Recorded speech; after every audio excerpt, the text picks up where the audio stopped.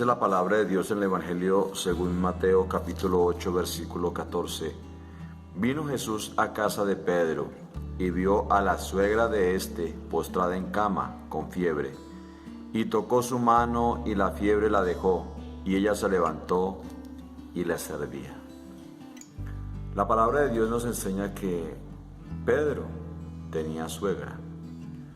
Muchos apologistas y muchas personas con enseñanzas erradas, equivocadas, en religiones que son solamente mandamientos de hombre, han enseñado de que Pedro no tenía suegra, que eso es una mentira.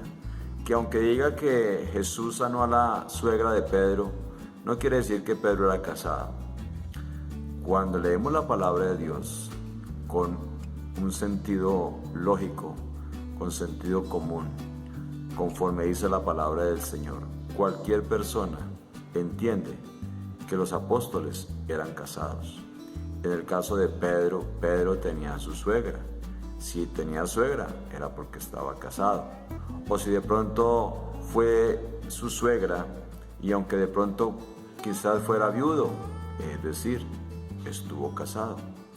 Entonces, Pedro fue casado. Los apóstoles fueron casados. Cuando leemos en 1 Corintios capítulo 9, Pablo acerca de unos señalamientos que le dicen a ellos de tener mujer, de tener trabajo.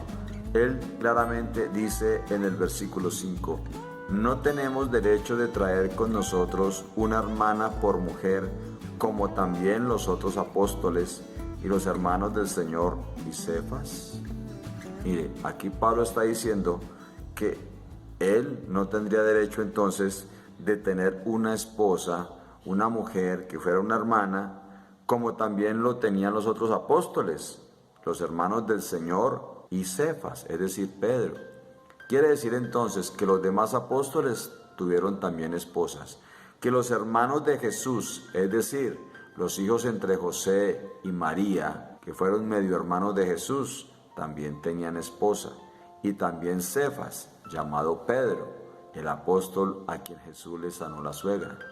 Es decir, ¿será que solamente ellos tenían derecho a tener esposa y Pablo no?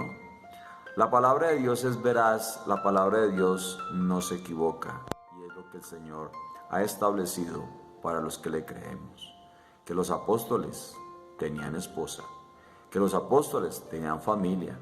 Por eso muy claramente dice ya en 1 Timoteo capítulo 3, los requisitos de un pastor, los requisitos de un obispo. Y dice que sean marido de una sola mujer. Así de que todo siervo del Señor, todo ministro, la palabra de Dios dice que el requisito es que debe ser casado. Cuando miramos acerca de los levitas, los sacerdotes del Antiguo Testamento, todos eran casados. Aarón, que era sumo sacerdote, era casado y tenía sus hijos que también servían en el tabernáculo. Así las cosas, todo hombre, hijo de Dios, ministro de Dios, que predica la palabra, como requisito es que sea casado, que tenga su esposa y que tenga sus hijos. Porque la misma Biblia dice, 1 Timoteo capítulo 3 versículo 4, que gobierne bien su casa, que tenga a sus hijos en sujeción con toda honestidad. Pues el que no sabe gobernar su propia casa, ¿cómo cuidará de la iglesia de Dios? Por eso un hombre divorciado, soltero, ¿cómo podrá ser ministro de Dios si no tiene un hogar? Es lo que manda la palabra de Dios.